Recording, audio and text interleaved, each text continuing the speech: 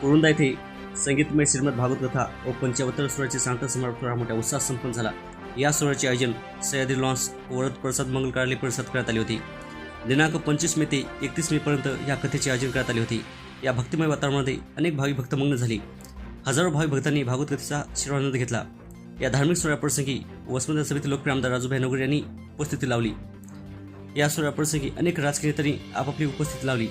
या भक्तिमय वातावरणात सोहळा मोठ्या उत्साहात संपन्न झाला। या कार्यक्रमाचे आयोजन आशीर्वाद इंगोली विधानसभा अध्यक्ष राष्ट्रवादी युवक काँग्रेस पार्टी वसमत जिल्हा परिषद इच्छुक उमेदवार यांनी या कार्यक्रमाचे आयोजन केले होते। समृद्धी मराठी न्यूजसाठी वसमतहून सुमेध मस्के।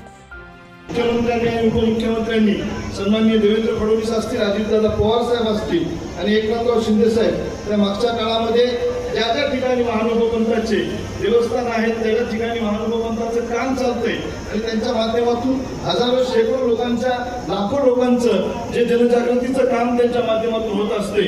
आमच्या इथं सुद्धा आम्ही केळकर बाबा असतील, बाकी सगळ्यांच्या आमच्या बाबा असतील, बाकी सगळ्यांच्या मार्गदर्शनाखाली रोडगा आसन, सोमठाणा आसन, वसमत आसन या सगळ्या ठिकाणी त्या देवस्थानाला जाण्याचं काम करतो आणि त्यांच्या मार्गदर्शनाखालीच या तालुक्यामध्ये या जिल्ह्यामध्ये काम चालतंय।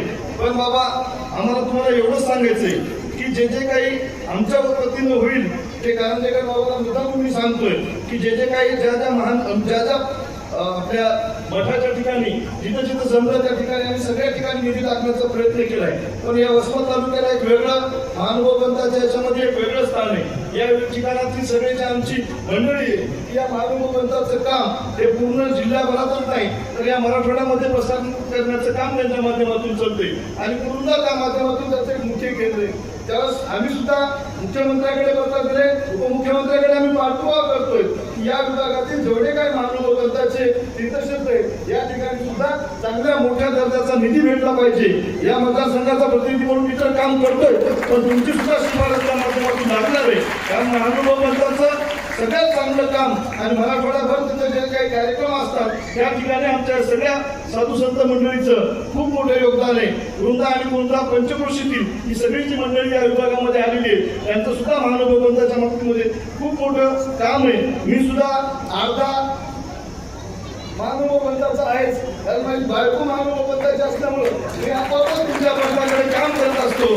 त्या ठिकाणी वसमत विधानसभा मतदारसंघामध्ये माझी गरज पडत त्या ठिकाणी तिथं निधी उपलब्ध करून देण्याचं काम असू द्या किंवा वेगवेगळे काही त्याच्या माध्यमातून कार्यक्रम असू द्या त्या ठिकाणी मी निसंकोचपणे आपण माझ्याकडे आलं पाहिजे आणि ते काम मी पूर्ण करेल या ठिकाणी हा शब्द देतो।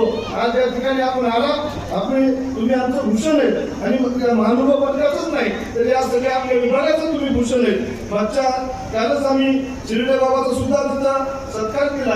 आज आपलंही तिथं दर्शन झालं त्याबद्दल आम्ही इथं धन्य झालो। आशीर्वाद इंगोलीने या मागच्या 8-10 दिवसामध्ये या विभागातील या पंचक्रोशीतील सगळ्या मंडळीला घेऊन हा जो एक कार्यक्रम राबवला आहे त्यांचं या निमित्तानं अभिनंदन करतो व थांबतो। जय हिंद, जय महाराष्ट्र।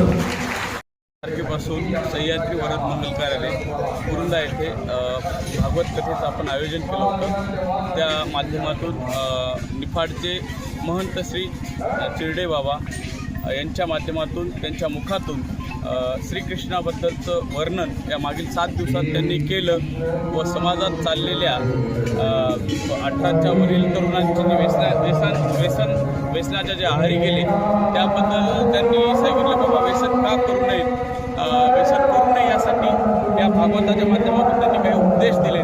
त्या उपदेशाच्या माध्यमातून पुढील येणाऱ्या काळात तरुणांनी चांगल्या प्रकारे वागावे आणि व्यसनापासून दूर राहावे। या भागवतकथेचं